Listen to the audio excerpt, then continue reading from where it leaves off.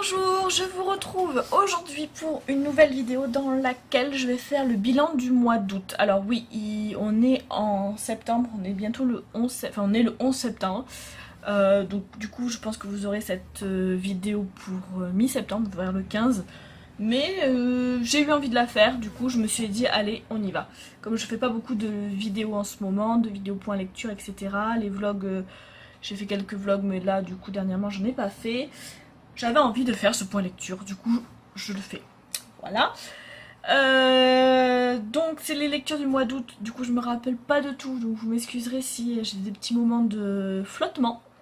Et il y a des livres que j'ai empruntés à la bibliothèque, du coup, ou que j'ai empruntés à une collègue, du coup je les ai rendus, je ne les ai pas en ma possession.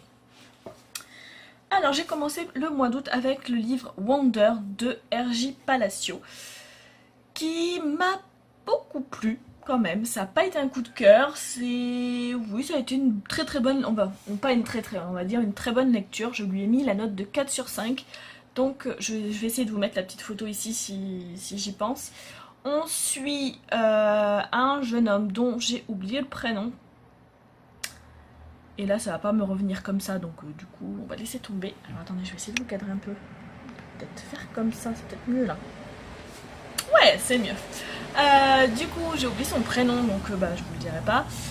Et il est alors difforme, c'est un grand mot, mais oui, il est difforme, il a un visage difforme, pas beau, il a plein d'anomalies et voilà, il est né malade, il est né avec ses difformités. Et il va aller pour la première fois à l'école et va se heurter un petit peu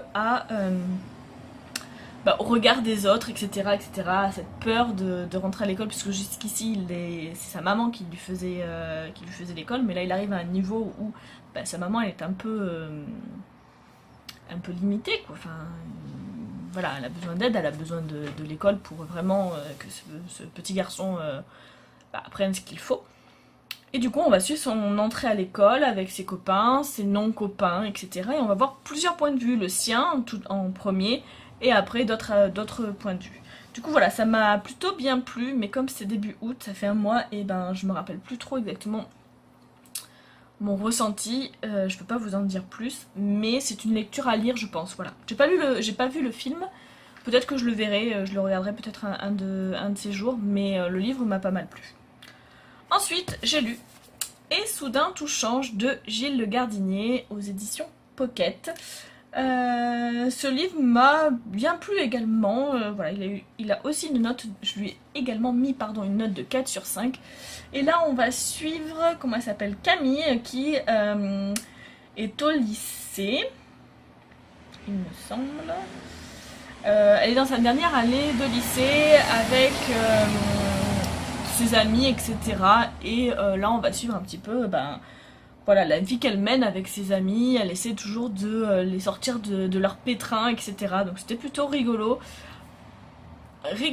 Et en même temps il se passe quelque chose dans son groupe d'amis qui va beaucoup la remettre en question, qui va lui faire justement se poser beaucoup de questions, l'inquiéter, etc. Et j'ai trouvé ça plutôt bien mené, de voir comment une adolescente qui est en train de devenir une jeune adulte arrive à gérer ce genre de choses, et voilà, je trouve que c'était plutôt bien amené. En même temps, il y a toujours cette petite pointe d'humour qui allège le tout, on va dire. Et voilà, du coup, c'est pour ça que j'ai passé une très bonne lecture avec celui-ci. J'ai ensuite lu Chronique du monde émergé, donc le tome 1 de Licia Troisi aux éditions Pocket Jeunesse. Et là, pareil, ça a été une très bonne lecture. Je lui ai mis 4 sur 5. Pourquoi il n'a pas eu plus, honnêtement, je ne me rappelle plus. Il faut vraiment que je vous tourne ce bilan vraiment en fin de mois, parce que là, du coup, ça commence à remonter un petit peu trop loin. On y suit Nial, qui est une jeune fille qui a les oreilles pointues, qui est un peu bizarre par rapport au monde, je vais mettre là plutôt, au monde habituel, aux humains. Et oh, je me rappelle même plus l'histoire, quoi. C'est dingue ça. C'est fou. Je me mets un petit peu du résumé.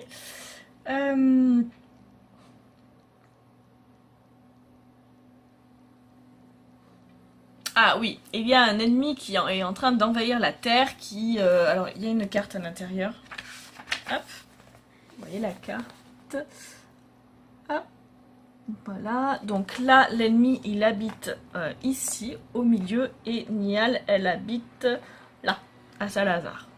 Voilà. Et donc le tyran, le gros méchant du livre, est en train de mener une guerre pour s'emparer des terres, etc. Et Niall va devoir s'exiler pour sauver les siens. Et voilà, elle veut apprendre la magie, elle veut se battre, elle joue à l'épée tout le temps, et elle veut apprendre la magie. Du coup, elle s'échappe pas parce que son père lui dit d'aller voir sa tante, etc., qui va l'aider à apprendre la magie. Et puis, ben voilà, va se passer toute une épopée autour de ça que j'ai trouvé très bonne. Et voilà, je me rappelle pas pourquoi, par contre, il a eu que, entre guillemets, 4 sur 5 et pas 5 sur 5. Je peux pas vous dire. Mais en tout cas, j'ai passé un très bon moment sur cette lecture et je lirai la suite avec grand plaisir. Ensuite, j'ai lu le tome 3 de Strom. Ah mais non, j'ai le livre là. Attendez. Bon, vous allez rien voir, parce que c'est toujours la même couverture en fait. Mais hop, voilà, c'est cette intégrale que ma collègue m'avait prêtée. Donc c'est Strom d'Emmanuel et Benoît de Saint-Chamas aux éditions Nathan. Pareil, ce tome-là, je lui ai mis un 4 sur 5, alors que les autres... le tome 2 avait eu 4 sur 5 aussi, et le tome 1 4 sur 5, donc bon, c'est une bonne moyenne. Voilà, c'est une bonne histoire, donc je peux pas vous en dire trop parce que je vais vous spoiler sinon, mais on y suit toujours Raphaël et Raphaël dans leurs petites aventures, voilà. Pourquoi 4 sur 5? Parce que c'est pas non plus hyper ouf, mais je trouvais que c'était une bonne intrigue quand même pour de la jeunesse, c'est plutôt pas mal. Du coup, je vais le laisser à vue pour pouvoir le rendre à ma collègue. J'ai ensuite lu Rebecca King, le tome 1, traqué de Cassandra O'Donnell aux éditions J'ai lu, dans la collection Darklight. Et j'ai adoré cette lecture. Alors ça n'a pas été un coup de cœur, mais j'ai adoré cette lecture.